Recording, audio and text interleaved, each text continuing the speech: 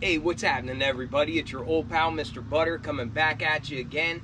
Today I want to take a look at a brand new silhouette from Nike. They're saying that it's packed with tech, but this is a lifestyle sneaker. If you're into kicks and you feel like hanging out, then hit that subscribe button. Let's take a look at the all-new Nike AVA ROVER. These caught my attention a while back whenever I first saw that they were coming out. I think the first pair that I saw was a collab. I'm not going to try to pronounce it. I'll put some text on the screen so that y'all can see what collab I'm talking about. The images look like it was an all-black pair, and whenever I first saw them, they immediately made me think of the Yeezy 700 MMVN, like the all-black pair. Just the silhouette looked kind of familiar to me. It had a real chunky midsole and that sort of thing. But this is a brand new silhouette from Nike, and I really love getting something that's new. Sometimes I end up loving it, like the recent New Balance Absorb 2000. Sometimes I don't care for it at all. The pair that comes to mind with that is the Adidas sponge shoes. I thought those were absolutely terrible. I just like getting something new because it's just something out of the norm, something I haven't been able to experience yet. This one is advertised as a high-tech lifestyle shoe. So the way that they advertise it, they mention that it's got React cushioning and all that kind of stuff, which we commonly see on Nike running shoes, but it says that it's made for the city. The price of these came in at $145 US. I ended up getting an alert that said I had early access to this pair, so I just went ahead and bought them. It looks like Nike's got at least 2 other colorways queued up to be released on Friday the 25th, so I guess a week from the time that this video will go live. Since this is a new silhouette and I haven't had them on feet before, I am going to try them on so you can see what they look like, and we can also talk about sizing and that sort of thing. But getting to the box, it's just really plain. Looks like there's a Nike swoosh on there and then like 4 diamonds right beside that. It's all just a cardboard color. There's nothing fancy to it at all. The tag reads Nike AVA ROVER. The color is wolf gray and vast gray. Since I've never owned this silhouette before, I went true to size with the size 10, and we can see if that was the right move later on. These had a very thin tissue paper inside the box, and it almost reminds me of something that we'd see from Dot Swoosh. Alright, but let's get to the actual shoes. This is something different. As I mentioned before, whenever I first saw images of these, specifically that all black or that all dark pair, I really got thinking of the Yeezy 700 MNVNs, and that's largely because of how chunky this midsole area is. But I also really like the way that dark gray continues up onto the upper.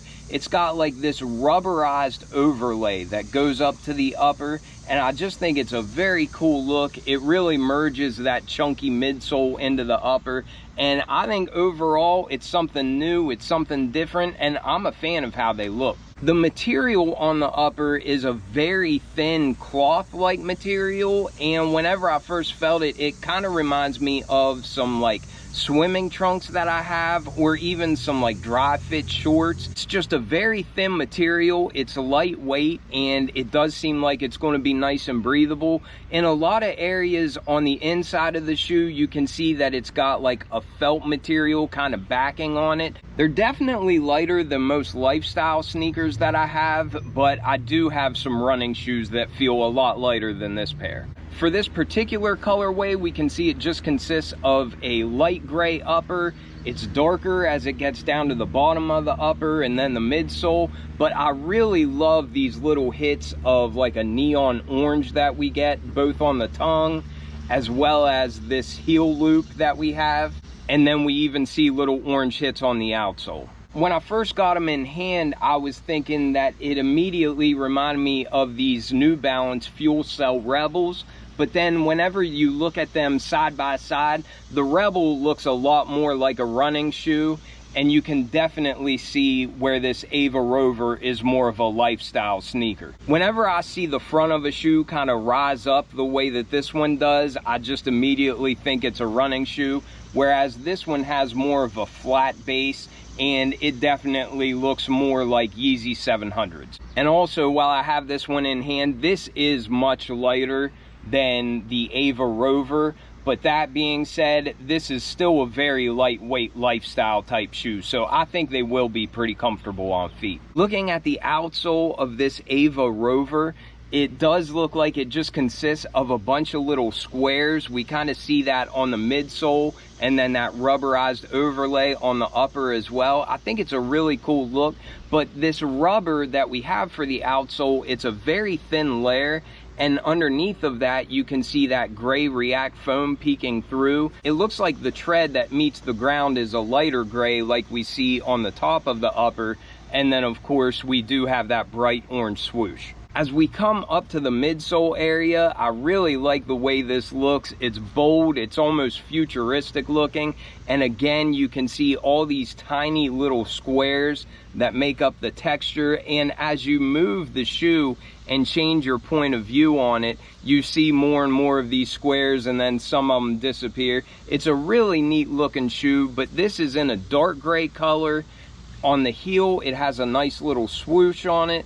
And then on the inside of the shoe, we have some Nike React X branding. And as I've mentioned, the base of the upper has this rubberized overlay. And again, we can see all those little squares that make up the texture. And I think that really helps to add to that futuristic look. But I really like that design. I do also think that that rubberized overlay is going to help to keep out water and that kind of thing. The top is very breathable, but I think it's almost just to like waterproof the shoe and protect your feet from the elements. Moving on to the material that we have for the base of this upper, it's just a light gray material. As I already said, it really just feels like a pair of swimming trunks or else some dry fit shorts or something like that.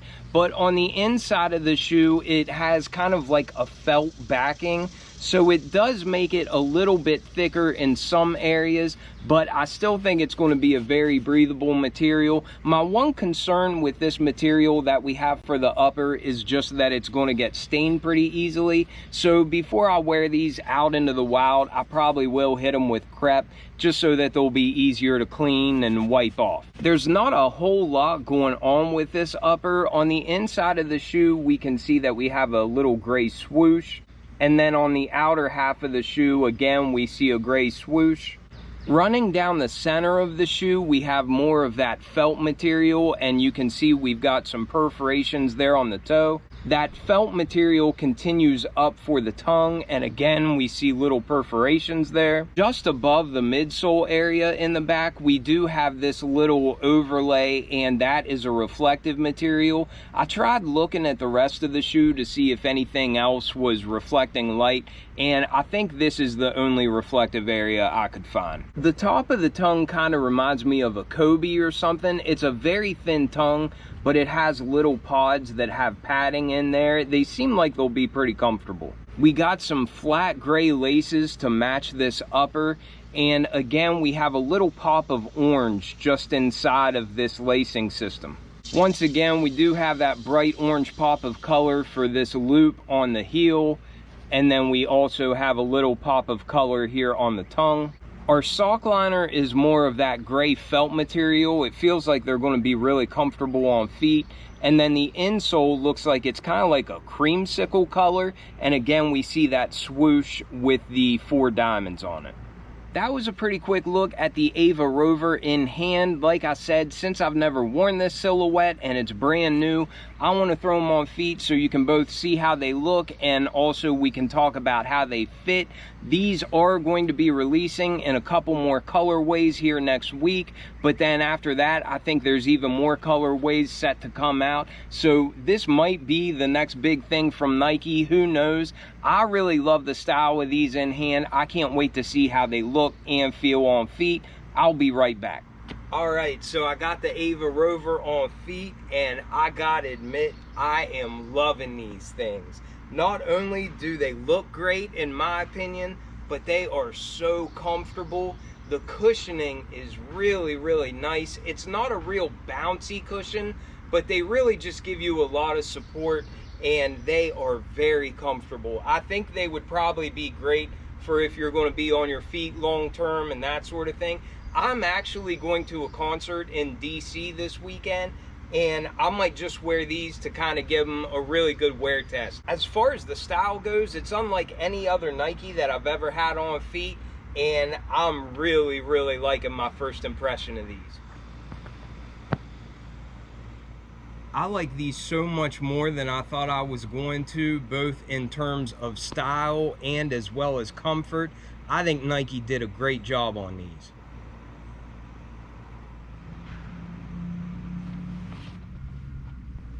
Give you a little top-down POV.